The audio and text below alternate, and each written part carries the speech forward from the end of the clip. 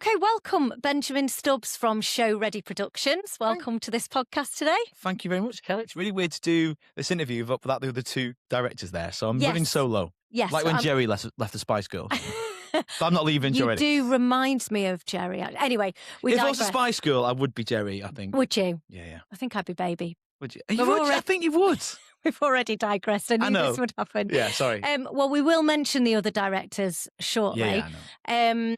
But I think we need to start with how we know each other, because this is not unfamiliar to us, is it? Well, it isn't, but it is. We haven't actually been on the same radio show together. No. So we started way back, and Liz and I were trying to remember, but it's got to be 10, 15 years or something ridiculous. Yeah, so we met through RedShift Radio, wasn't it? We did. It was 2012 when I joined, because I remember being 2012, and I remember, I think I'd come back from working abroad and I was looking for volunteer work. And then when you go to the council, I think it was the CVE, the Cheshire Volunteer Service, CVSE, and they recommended what my kind of like personality would suit, and it said, volunteering at the radio station, and it was actually like 1 minute away from my house, and that's it. Oh, that's it. Yeah, because we were over in Crewe, weren't we, at Briley Street? I can't remember when I joined, but it would have been a similar time. Yeah. And what show did you do at RedShift? So I originally started off with a midweek uplift, was positive news, positive music, just basically midweek uplift. It did sound a bit like a make-up bra, which I did joke about. I was going to do nice, I was going to do yeah. merch, but I decided against it.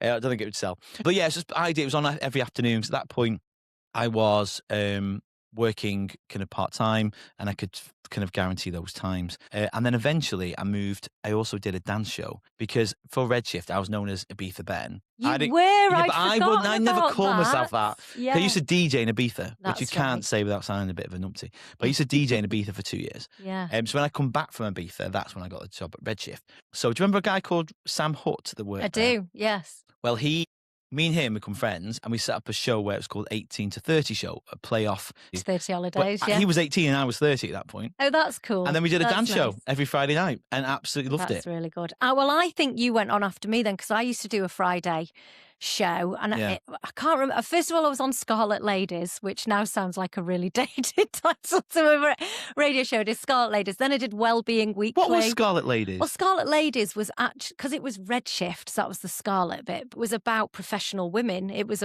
not those sort.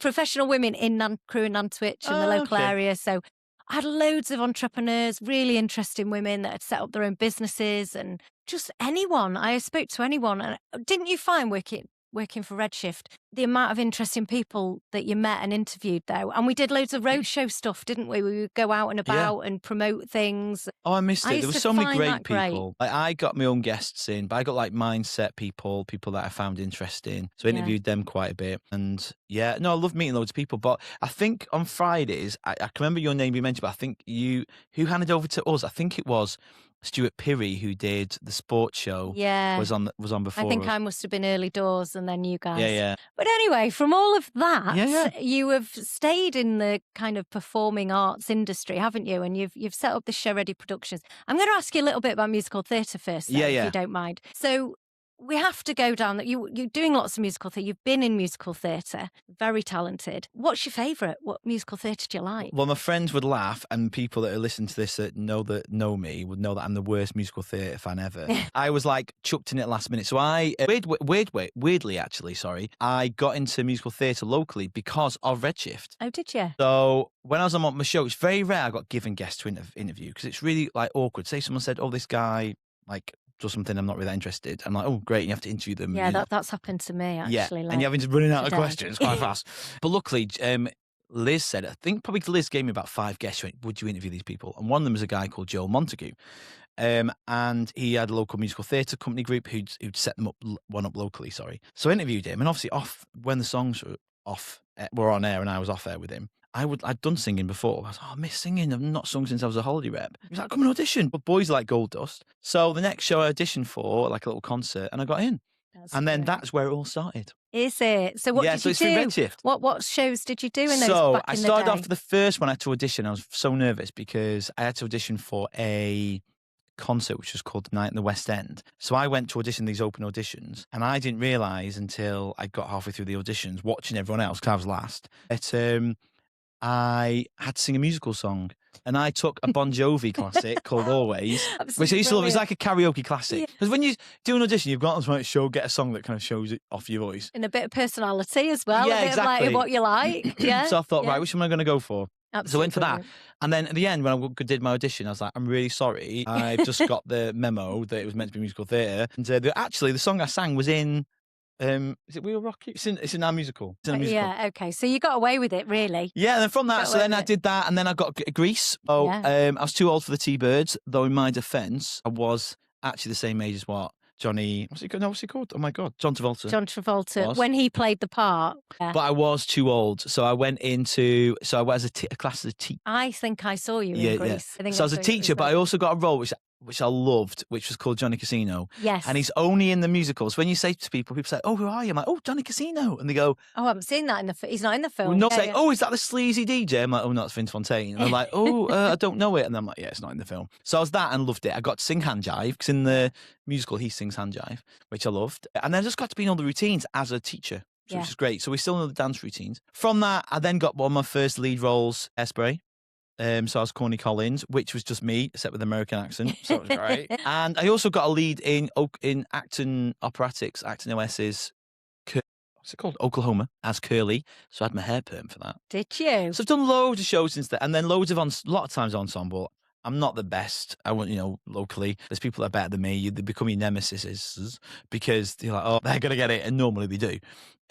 Because they're better. Unfortunately, in showbiz, that's sort of how it works, isn't it? It's annoying, yeah. So it's quite funny, really. But you've had a lot of experience, and I've had 10 years of shows. Then I was on the committee for Acton for 8-9 years, so I've had a lot of experience putting shows on, as in organising them, booking the venue as part of the committee, and then. From that, then I started to direct. So I've done loads of shows. I've also been in Sister Act as an ensemble. And locally, I've done a lot of small roles. So because of all the things I've took over, if someone said, oh, there's a small role, can you just come and do this cheesy singer? I'm like, yeah, you're happy to do it. Yeah, like Cams did Maiden Dagenham last year, and I played a Cortina man who sings about a Cortina, and that's it. So I came on, sang Cortina, went on. What a great thing to sing about as well. Yeah, it's great. Apart from when one night it didn't come on. So I meant to sing Cortina, and then it just didn't come on. And the Cortina comes on. It was meant to be there and me sing and mince around this Cortina. Well, it got flung on at last minute. That's amazing. And that is the thing about live theatre. What I love about it is that anything can happen, for the audience, anything can happen. Yeah, you're right. But on stage, it is quite funny. And there are always good memories. Because in that moment, people say, I don't know what I'd do if someone forgot their lines. But in that moment, you're on stage. You just deal with it. When I was Corny Collins, when Corny was on stage, he led that. It's in his kind of TV studio in the musical. But the problem is everything relied on you. All the lines come back to you because you were hosting it. So as I'm talking about the scoreboard, it's when Tracy comes back and she kind of kicks off Amber from the leaderboard. So I say literally, let's check the scoreboard. And the scoreboard wasn't there. Brilliant. So I was like, I put my finger to my ear and was like, and I pretended to use my earpiece. So the next night, the scene before it, so I went round to the two lads who were meant to bring it on. And I was like, I won't say the exact words I used. But yeah, you can imagine. Make sure that scoreboard's I was on, like, please. You little scamps, make sure that scoreboard's on. Yes, Sorry, mate. Sorry, yeah, well. Then we come to that same scene. I say, let's check the scoreboard. I look and it's not there. But then I see them fling it on, this scoreboard. Flings on. And then, so the third night, I was like, and they're like, yep, so they got it. But yeah, loads of funny stories. And over them 10 years, I was with Acton and with Curtain Call, did loads of shows with Curtain Call as well in Acton, and a few with Cams. I just learned loads of experience. I've got massively grateful for Acton for being on the committee, for them, so learning all the behind the scenes stuff. I was going to say, being on the committee really gives you that insight into some of the other stuff that you have to consider, really, that you don't consider when you're just acting on the stage. Totally. Do you? Before we talk about show, really, acting, being with Acton AOS and having to you don't realise all the pressures behind the scenes and how much shows are to put on. Locally, people think, because people think amateur, rickety old sets and stuff, but actually, amateur now you still have to pay the theatre. My scene was roughly, our last show was 17,000. Then you've got to buy set. Then you've got to buy costumes. Then you've got to pay for rehearsal rooms. So it's a lot of money. And then when you make a decision of which show you're going to do. Who picks that? Well, the committee does. So all that thing behind, and also coming together, how we're going to promote it. Now, with the my job with Acton was promoting. So I learned more about Facebook ads, learned how to promote, and that was what I felt was my strength, and that's what I felt helped with sales because, excuse me, I was trying my best because when I was a holiday rep years ago, we learned about drip selling, which is a bit, I hate the word manipulative, but it was a bit where you'd mention, we got trained to kind of, say if I was walking around the pool, I'd mention, oh, there's a trip to Ciutadella next week. Oh, have you seen that trip to Ciutadella? You mentioned the trip to Ciutadella so many times. And eventually, then people go, oh, there's a trip I'd like to go on. Yeah, and it was a bit like, I know. And so the same thing with like all the shows. When I started promoting the shows, which I did start promoting, I think, for Curtain Call first, then I joined acting, I learned how to just got to get out there as much as you can. People are sick of it. But you might, if you're in my circle of friends, you'll know it's on. But most people might only see the advert once or twice. And you especially if names of shows are big. Grease sells like that. Hairspray sold like that. Some of them sell by the name already. Yeah, because everyone's like, I know that. I want to see it. Others are hard sales, which we'll probably come on to with show ready. But so that's it. So I learned all the behind the scenes stuff and all the, speaking to the theatre, running, being there, forgetting.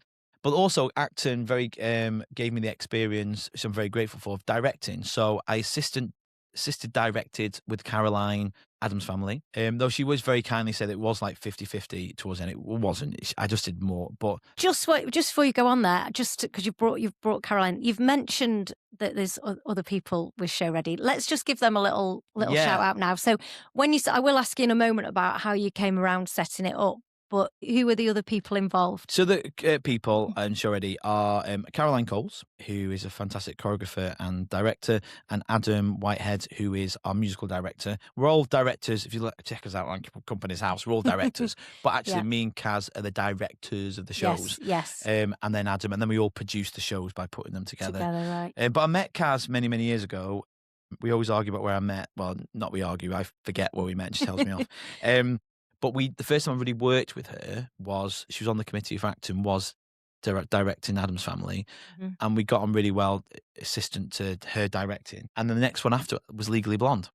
And I said, I'd really like to have a go at directing it. And then she said, well, do you want to do it? And I assist. And I was like, well, actually, let's just do it together. And then there's no one deciding. And it was brilliant. And then we both did it. And then Adam was the MD for that. So it was me, Kaz, and Adam. And we had such a good time doing it. We were dead. Me and Kaz are very similar. We want it to be fun. We want it to be high standard. We wanted rehearsals to be organised. We wanted people to enjoy themselves. We wanted to be like, as fair as we could. And we had a brilliant time. And it come to the end of Legally Blonde, or coming towards the end of it, and we're like, oh, because we knew what the next few shows for acting were, and we're like, well, we can't direct them because this person's directing that. We're obviously giving someone else a go. Yeah. We couldn't do this, we couldn't do that. Well, there was quite a few companies around us, but they'd already got their directors sorted. So we thought it's going to be 2 years at least. What we're going to do, yeah. Exactly. And we're like, well, why don't we just do something ourselves? And that's where Show Ready That's how it from. all came. And I mean, I've done a little bit of directing and things like that in amateur youth theatres and all of those sorts of things. But when you work with another person, you really have got to gel. Particularly directors. Directors can be very solo kind of people and have their very sort of their ideas. And so I guess that's really lovely and beautiful that you and Caroline have found each other and you can work together and how do you manage that really? How do you make sure that one doesn't go, well, actually, I thought that and I thought that. Do you know what? We get on as friends straight away and we, really cliche, but we respect each other a lot. Practically, so Legally Blonde, what we decided was certain scenes are we more pulled towards doing. What I really liked, from Legally Blonde, So Much Better, the big ending of Act 1, where Elle has a big epiphany. I really loved Gay European, which is one of the most iconic scenes in all musical theatre. It's such a great show pleaser, crowd pleaser. So then we pick certain scenes, but rule of thumb, it's not really said, but we know is Kaz does a lot of the movement, and I do a lot more of the direction of the characters. So I will spend a lot more time directing the characters. So if you see any Show Ready, Legally Blonde, Adam's Family, Wedding Singer, the main actors are probably directed more by me. And Kaz is great at the bigger picture. And hopefully I'm not speaking out of turn here, Kaz. But she's great at seeing the big visuals. And I'm good. So she'll set some of the scenes. And I'll be like, guys, well, that line isn't, you're not really saying it in front of them, are you? It's under your breath. So we'd spend a lot of time on the dialogue. So that's what we try and do at Show Ready, is give a lot of time for direction, not just exactly. Because I know that I haven't had it always before, where even if they've got one line, we'll spend time with them because that line, we want to get every show to the highest standard and push everyone to the max. So that's what we kind of do. So there'll be certain times where I'll do this scene, but normally Kaz will set them. So like with Gay European, that is a song if you haven't seen it, by the way. It's brilliant. and so much better. I had visions in my head, then I would block them. But movement-wise, it's harder because I'm not a dancer. Yeah, so she'll do more of the choreography side of things then. Well, we have got Lila Coles now. We had Rachel Kappa as well to join us. But just general movement. If there's some sort of ensemble movement, then during Legally, Kaz did that. Rachel did that as well. But for myself, it was the more direction. You had these initial ideas. You've come out of a show and you're like, we want to do more. How have you got from there to actually... we're putting on a production? So we went to meet the people from Lyceum, a guy called Graham McKnight, who was then the relatively new director of the theatre, and asked for his advice. And he was great, give us loads of advice, because originally we were coming up with the idea of doing small musicals. We wanted Show Ready to have the freedom of being whatever, films, plays, pantos, whatever. But two small musicals you can't normally do. So we went to Graham McKnight to ask him for his advice, funding, how do we get started? And originally we've been telling people we're just going to do small musicals, do plays. And he basically said, if you want to make money to get going, doing small plays, small musicals, you're going to make £100, £500. Yeah. It's either here nor there. So he said, you need to go hard or go home. Say those words. Shows. Two big shows that are big money makers. Yeah, that people are going to want to come and see. Yes, want to come. And after the thing of Illegally Blonde, we thought Wedding Singer would sell as well because we thought it's similar known. And then Nativity, the musical from the film. And we thought them two are perfect. So we set up an account for MTI, which is the company that... MTI in Europe, I think it is. It does all the musicals, the rights. So you have to kind of register with those first. Yeah. I mean, there's so many things. I bet you were the learning curve. The first year of Show Ready was a baptism of fire. So we looked and we're like, Wedding Singer was free February. We're like, right. Because we wanted to kind of not annoy anyone locally because we knew a new company would come up, would ruffle feathers. There's going to be no question about that. But we said, let's try and pick where we're not going to be touching people. So we thought, right, look at everyone else. February, it's just after Christmas. No one's near that at that point. And then we could do Nativity, find out before Christmas, but the following year. Yeah. Because by the time Nativity's on stage, it would be 2 years after we organised it.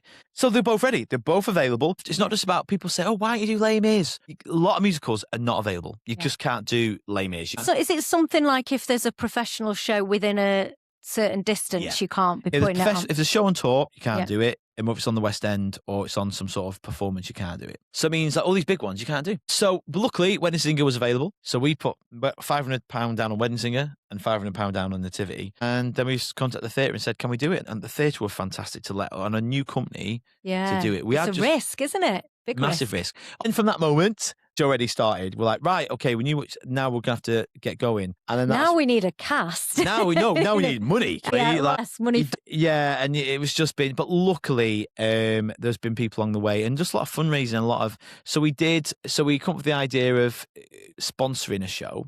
Now, a guy called Sam Retford, who I know for the musical theatre, is now a well-known actor. He's been in Coronation Street, but most recently he's been in a new Outlander, which is called Blood of My Blood, massive in America. It's not shown in... He's over here. Yeah.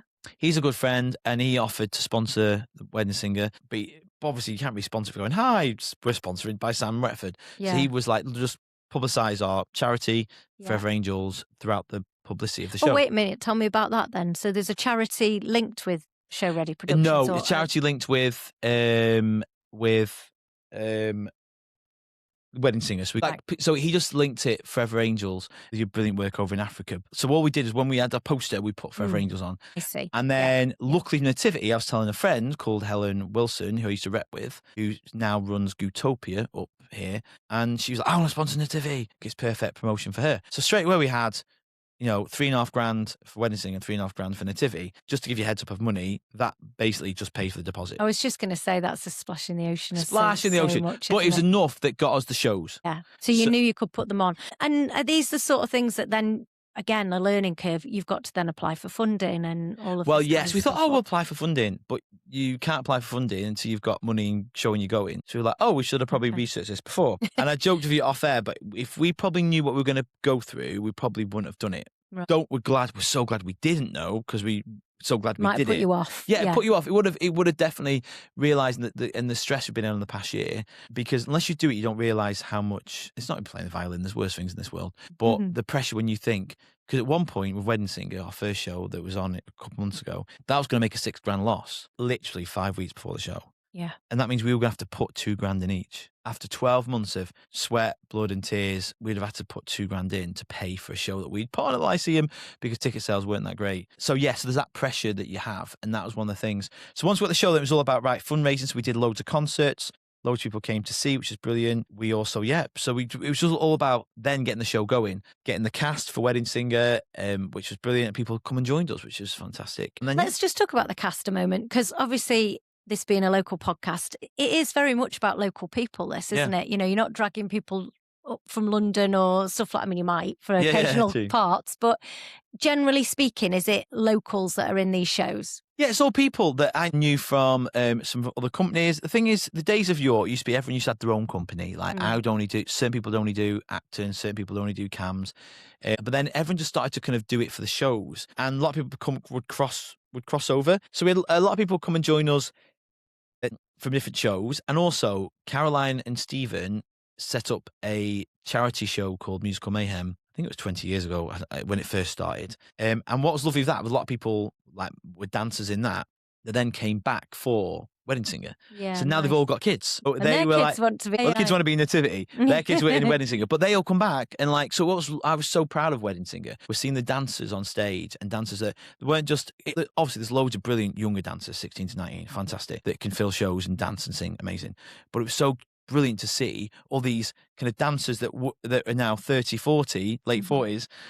Coming back and dancing. So it was so cool to have that. And of course, it fitted Wedding Singer perfectly because it was meant to be, a lot of the scenes were set in weddings. So you would have a mixture of ages. I genuinely don't know the story. I do not know the story of Wedding Singer. So it's based on the film. Yeah. So it was basically all 80s music. It was set as Adam Sandler is a wedding singer who just loves love. He loves life, loves Mr. Positive.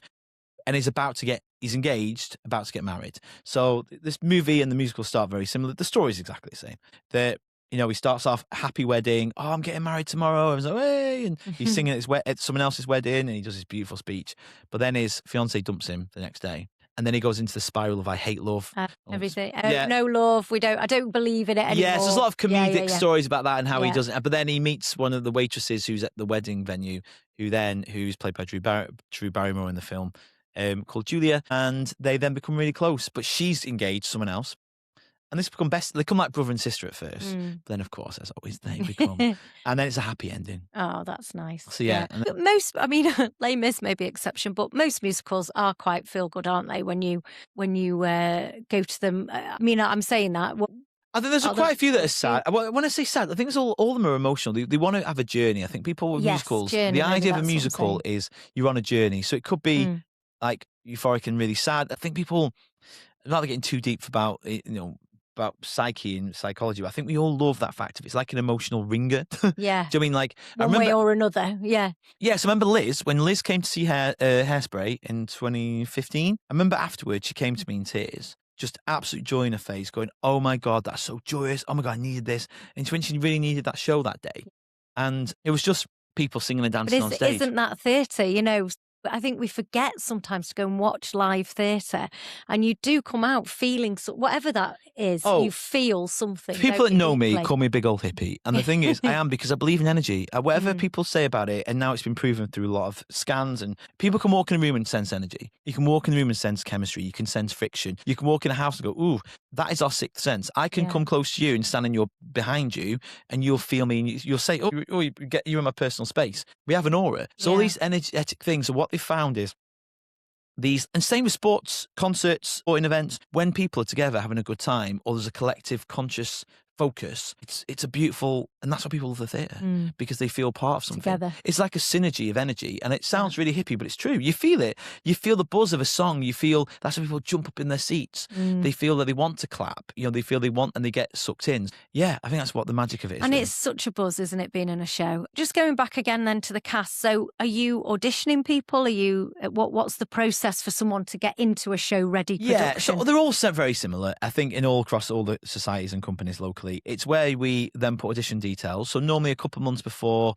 we do a register your interest. So we announce auditions, and we then send them a pack. So everyone receives an audition pack. So if you applied for Nativity or Wedding Singer, you would have got an email saying, "Hi, thanks for thinking of auditioning. Here's a pack." It would link to a Google Drive. Then it would have a script, and it would have her song, so you could practice it, and then you'd be invited to an audition.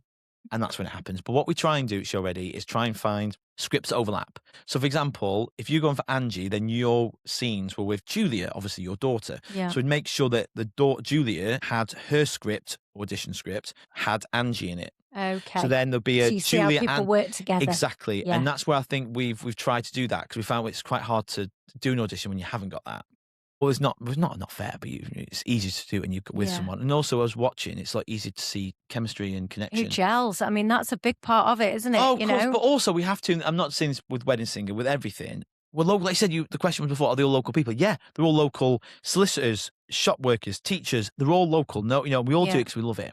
But understandably, there's different experiences, and sometimes you have people for the role that may not have been that experienced, but then part of our job is to give them a chance. Yeah. Like, for example, our last two shows, Legally Blonde, that we produced, Legally Blonde, the team produced it, even though we didn't run it, and Wedding Singer had a Saturday matinee cover. So you have people that stand in or are kind of understudies. But we thought it was really unfair for an understudy to practice and never get a go. Never, yeah. So we always said, like, let's practice someone that nearly got the part to do the understudy, so then they can then perform on the Saturday matinee. Nice. So it gives the lead a break, so they're not singing two big shows on the Saturday. So when that fits, we do that as well. So we look about, and it is hard. People think auditions are easy, but the problem is we then have to phone people and say no to more people than we say yes to. Yeah, of course you do. That's a horrible feeling, isn't it? Especially when like when you've auditioned. That's why I said the whole of Show Ready is we've been on the other side. Yeah. Of poor auditions, things that weren't fair or whatever. So we try and make it as fair as we can. Yeah. But the audition process, it's a love-hate. I love it because it's so much fun, but I hate it because then you have to let people down. Got to tell people. And people are always sad. And I guess I would imagine this is harder almost than if you were a professional theatre company, because if you're a professional actor, you're going to get turned down left, right and centre.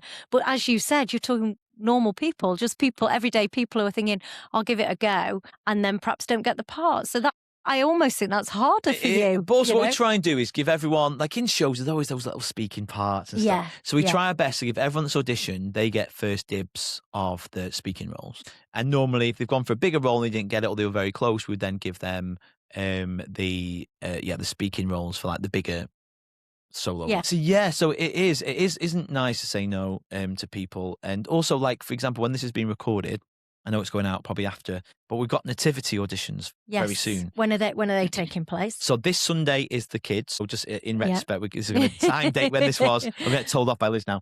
The 22nd, Sunday the 22nd of March, was the children auditions, and the 29th of March is the adult. Now, we've sent 300 audition packs out for the kids. Wow. 300. And how many parts are there? About 60. Oh. Yes. So we're going to have a lot of upset kids. And so that's why we're going to do a post this week, just to remind parents, just to please prepare your children. Them. They've got a good chance of not being in it. Yeah. I know some of the children that have gone for it, they've gone for like the pantos. They're used to them being cut through and say, nope, out. We don't want to do that, obviously, but it's still really sad because these are kids that really want to be in nativity. Do you know, you're going to have to be the child catcher next, aren't you? You evil person, letting all these children down.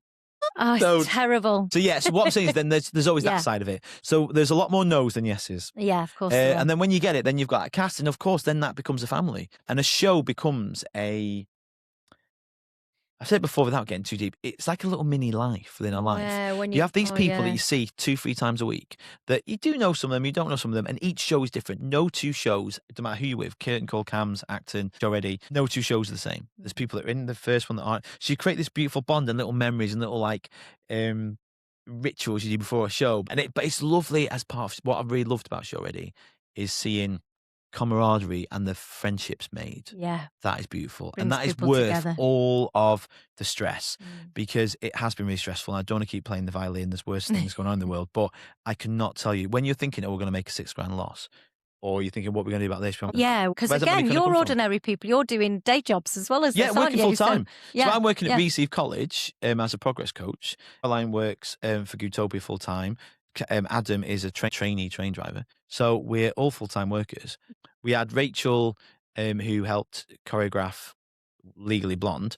Rachel Kappa was brilliant. Next Academy were brilliant. And Stephen Coles did a few for that, and so did Caroline. But then with Wedding Singer, Rachel sadly couldn't do it in the end. And Lila, who was meant to be assistant, who's 17, stepped up and choreographed most of the show. That's amazing. Yeah. So it's brilliant.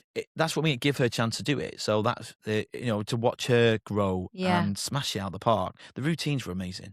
So tell me a bit about Nativity then. So you've got all the auditions come in. It's going to be, I imagine that's a really fun show. And are the songs the same as the film? Yes, Nativity, it is just like the film. There is obviously you've got this slight nuances, but basically the end of the film is the end of the musical. Yeah. So you build up to the last 25 minutes, which where you've got the big show, all of them. The Excellent. flight, and of course we're paying. With Wedding Singer, we're on a budget. But we ended up making a little bit of money of Wedding Singers. That's great. But Nativity is already selling really well. It's so well known, isn't it? Like you say, it's getting them hitting ones. Yeah, if we did that all the time, then the theatre would become boring. And so it is hard because you have that balance of, oh my God, we're going to do the same old shows. So for like our 2027 show, we're doing a brand new musical, or brand new for the amateurs, called Dear Evan Hansen, which is famous around the world as a quote new musical. So that's going to be a risk. But we're hoping Nativity already is selling better than any show we've done before. And when is Nativity on?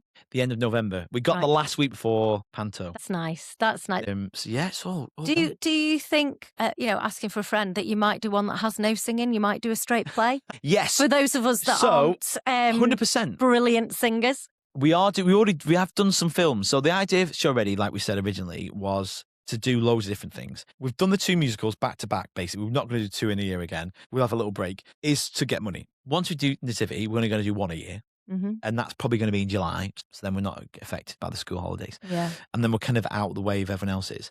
So hopefully just do 1 a year. But then we got a chance to do more things. So we have been full hog musicals. But amongst that, we have done some films. It's been myself more. That's more my passion. So a lady called Katie Parker, who I met when I worked at South Cheshire College. We both worked in media. I left and she then set up a production company. So I've acted for her. When we set up Show Ready, we decided to work together and jokingly call it Show Badger, because she's called Rocket Badger, we're called Show Ready Productions. So Show Badger. And we've just done some films together. So we've done 2. One was called Table for Two, and which was about a guy who has a bad dating record, who the narrator of the film is a barman. He's talking about this guy that comes in, the rubbish love life. There's loads of funny comedic scenes of bad dates.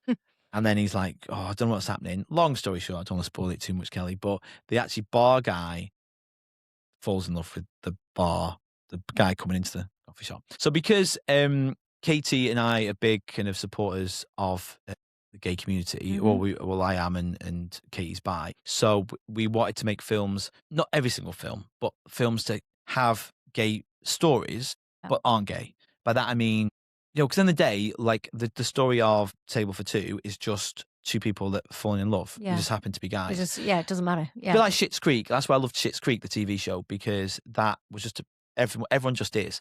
And I identify as a gay male. I'm not a big fan of labels. The reason why I'm saying that is, for me, I just want my life to be, I'm Ben, brown hair, happens to like guys. Do you know what I mean? Like you would just naturally be a part of me. And that's what we wanted. We wanted beautiful stories. Yeah. With local people in them, but have that theme as well. So the second one we did was called This Christmas. So me and Katie wrote and produced Table for Two. It's now had 100,000 views. Has it? Where can we see it? YouTube? It's on the website. Yeah, it's on YouTube. Okay. This was my idea, but where people sat on a bench writing to Santa. You know, like how kids write to Santa, believing in Santa. Yeah. And it was adults writing to Santa, asking for their desires, but their desires weren't for a Xbox. It was, can you help me find a job? Can you help me get over my ex? That type of thing. So I wrote scripts about different local themes, and then it was a monologue because they were reading their letter to Santa. But what was cute was they were reading the letter to Santa, going, "Oh, I hope you're there, Santa." And then Santa's there all the time. Oh, you see him in the flashback that he's been there all the time, listening. And the idea is, it was called This Christmas. One, to say this Christmas, share. Yeah, talk about it. Exactly. Yeah. Share more. I think the byline was share more than presents. So share who you are, share how you feel. And that's 2 films. But it's not about that. We did it because we loved it. That's called slow form. Table for Two, the first one, was very much short, snappy clip, which is what it's meant to be. Really cool, really quick edits. This one was more slow, long form. So it's not as clickbaity. So it didn't have as many views, but the feedback's been lovely. Yeah, that's great. That's really so good. Kelly, maybe you can come and join us for one day. I would love But please, to. we said the idea is once we get this down and we get settled after Nativity, be one show a year, and we've got lots of ideas. Okay, keep me posted. Keep me an in eye, mind. But check out the films. They're on YouTube, but they're on Definitely the Show will. Ready website. Definitely will. And so let's just talk the future now before we come to an end. So that's where it's going, is it? A lot of creative stuff, a lot of things in the pipeline. We want the freedom to be creative and local. So it could be like ideal long term. We want our own theatre creative space. Lyceum is brilliant. You can only locally. We've got the Players, which I'm not sure they allow externals in. I'm not sure they might do, but like that holds 90, which is a brilliant little space. And the Nantwich Players are smashing it out the park. Some amazing awards they've won recently. And then you've got the Lyceum that holds 600. So then there's not really many places you could do medium. In between. So we'd love to have our own creative space where it could be turned into a seating for 200 people. Or someone could do an art display there. So our idea is to have a medium-sized creative space that we could hire out, and we could do shows. We could do some really quirky things, and then do the plays. Because it's our place, we don't have to. Because a lot of the money is in the theatre. It's not thrown under the bus. There's a lot. It costs a lot to run it. Yeah. It's just we can't afford that unless you've got a big I silent love show. the idea of a creative space, and also then you can start to be a bit more experimental, can't you? And put your studio theatre stuff on and throw that in between the big stuff. If you said like you wanted to come and say you wanted to do a one-woman play, then we could do that, and then put that on. And that's the idea. And I think hopefully people will see the long term that, because we love musicals, but we want to do other things as well. And so our idea is a creative space, but like we said, when we got started, we thought, not idealistically, but we just thought, we'll get sponsorship, we'll get grants for a place, but you don't get a grant until you've had a bank account for a year. Yeah. You don't get a grant until you've shown that you can do it. We did it with Legally and others, but we hadn't done it ourselves. So that's been like, right, we had to start from scratch. Well, I think Nativity is going to be very successful, isn't it? And it's going to be so much fun. Well, thank you so much for coming to talk to me today. Oh, thank you. And I'm really looking forward to seeing how Show Ready Productions grows in the future and becomes really successful, which I'm sure it will. Thank you. And also, this podcast, what's been set up at yourself, this is what I love. We love to be creative. I think the idea of being creative is so lost because the creative arts get poo-pooed, they get pushed to one side. Oh, it's maths, English and science. We need those, but the arts do so much more. So much more, than absolutely. People, because people say oh, I'm a tree, when they take the mick out of drama. Yeah. The things when you do drama or art, you're putting your vulnerability out on out there. And what job is there that you don't have to present yourself? None at all. So, I've always said drama should be a core subject because we learn how to present ourselves. There are no jobs where you don't have to talk to people, or, well, there probably are some now where you can sit in a room and just see but very few jobs, I would say. Everything you have to do with job interview. And when I see creative stuff, I love it. I love people creative. And even from a mindset point of view, which is where my training is, I'm more about mindset and mindfulness. The creative arts allow you to be in that moment. And allow you to drop everything that you're doing, whether you're watching or whether you're performing. So anything like watching yourself and Liz and this podcast take off, anything that's local and creative is amazing. And that's what we want to do. We've got so many ideas and we'd like to run before we can walk. Yeah. But we've walked. Wedding Singer, we're dead proud of. You've walked. Wedding Singer, we're dead proud. Because Wedding Singer got some really good reviews. It got officially reviewed, which is amazing. We're really proud of it and taught us a lot. And now we're going into Nativity with Buzz. We can't wait. And then Devin Hansen in 2027. Well, thank you very much for inviting me on. Thank you so much. Goodbye. Goodbye. 1, 2,